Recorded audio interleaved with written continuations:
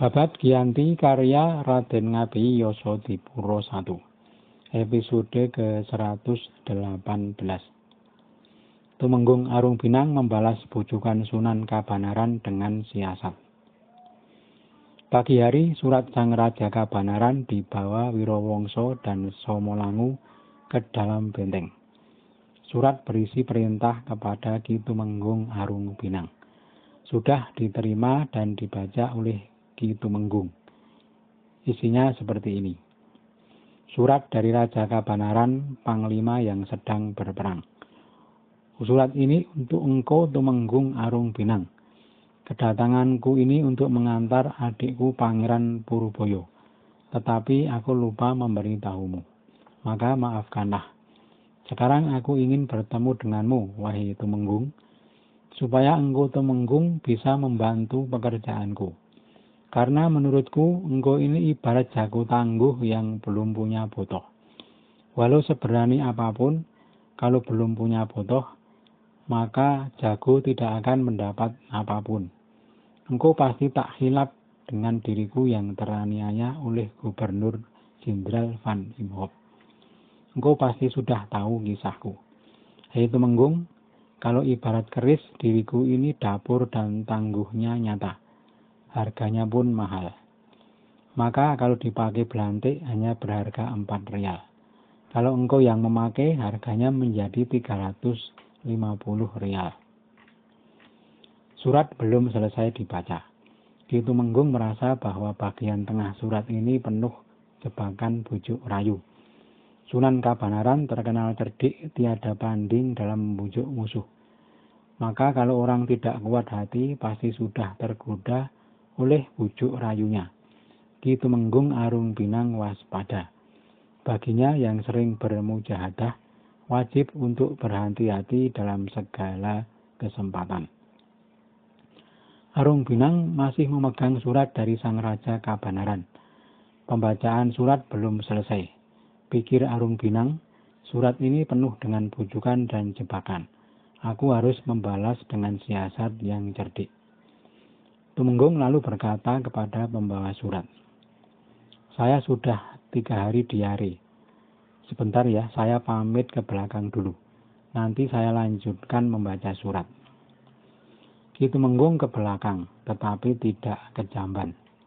Dia mengambil bawang merah di dapur dan sedikit dikoyak, lalu diselipkan ke dalam lipatan sapu tangan. Lalu dia kembali ke depan melanjutkan membaca surat Sang Raja. Hai Tumenggung, kalau engkau bersedia membantuku, aku nyatakan isi hatiku padamu terus terang. Aku punya nazar. Kalau engkau mau bergabung denganku, engkau akan kuberi nama Adipati Mondoroko. Kalau engkau tak mau memakai nama Adipati Mondoroko, engkau kuberi nama Adipati Magodo. Kalau engkau tak suka juga dengan nama itu, akan kuberi nama Adipati Urawan. Kalau masih tak suka, Adipati Noto Nagoro. Dan kuberi engkau tanah 10.000. Jadilah engkau Kaliwon dengan pendamping kanan Sironggo dan pendamping kiri Suryo Nagoro. Tamat surat dari Sang Raja Kabanaran. Ki Tumenggung segera mengangkat surat ke ubun-ubun. Tanda sangat menghargai surat itu. Lalu dicium 3 kali dan dihormati. Ki Tumenggung pura-pura menyeka mata dengan sapu tangan yang di dalamnya ada bawang merah yang telah dikoyak. Seketika mata Tumenggung perih dan air mata tumpah. Kembali Ki Tumenggung menyeka mata berpura-pura menahan tangis. Air bawang merah semakin menambah perih mata dan air matanya semakin deras. Dia lalu pura-pura menangis terseduh-seduh seperti sikap orang yang terharu membaca surat Sang Raja. Duta Sang Raja Kabanaran, si Wirowongso yang menyaksikan ikut menangis haru. Karena memang sungguh-sungguh Tumenggung terlihat menangis, tak terlihat kalau berpura-pura. Setelah berhenti tangis Ki Tumenggung, dia berkata, Anda tunggu sebentar. Saya akan membuat surat balasan. Anda berangkat nanti malam, jangan sampai ketahuan company. Segera Ki Tumenggung menulis surat yang isinya sangat menjanjikan, agar bergetar hati sang Panglima Perang Sunan Kabanaran. Isi suratnya, hamba mengaturkan hidup mati. Si Tumenggung Arung Pinang ini lancang memberi jawaban kepada Paduka Sang Raja. Sangat terkejut hamba, sama sekali tak mimpi si Tumenggung ini menerima perintah seperti yang ada dalam surat itu. Ibarat anugerah Lailatul Qadar, perintah yang diberikan kepada hamba. Adapun perintah Tuan kepada hamba, sungguh hidup mati hamba serahkan, terserah kepada kehendak Paduka Sang Raja. Tetapi mohon maaf, bahwa perintah itu belum bisa hamba lakukan sekarang.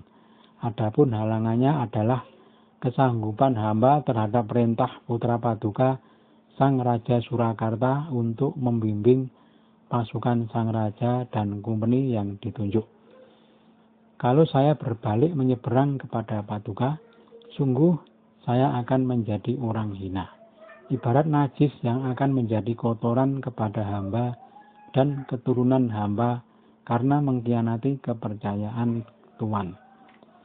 Adapun bila kehendak Paduka sungguh-sungguh hendak mengkaryakan hamba, besok bila terjadi perang habis-habisan dan kumpeni tumpas habis, hamba mohon diampuni.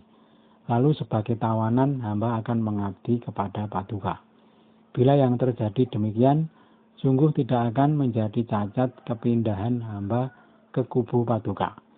Karena hamba sudah berhutang kepada Sang Raja Surakarta yang telah mengangkat hamba orang desa yang dipercaya menjadi Tumenggung. Lalu putra Paduka Sang Raja Surakarta melestarikan kedudukan hamba. Maka sungguh tak elok bila hamba berkhianat. Orang akan mengatakan, itu si Pagelen seperti itu balasannya kepada Sang Raja yang telah mengangkatnya. Ibarat hamba hanya kotoran kambing jika melakukan seperti itu. Maka untuk itu hamba memohon ampunan. Surat sudah diberikan kepada utusan. Malam itu segera berangkat secara sembunyi-sembunyi ke markas Sang Raja Kabanaran. Di jalan tak diceritakan. Malam itu pun utusan sudah sampai di markas. Tapi baru pada pagi harinya surat diaturkan kepada Sang Raja.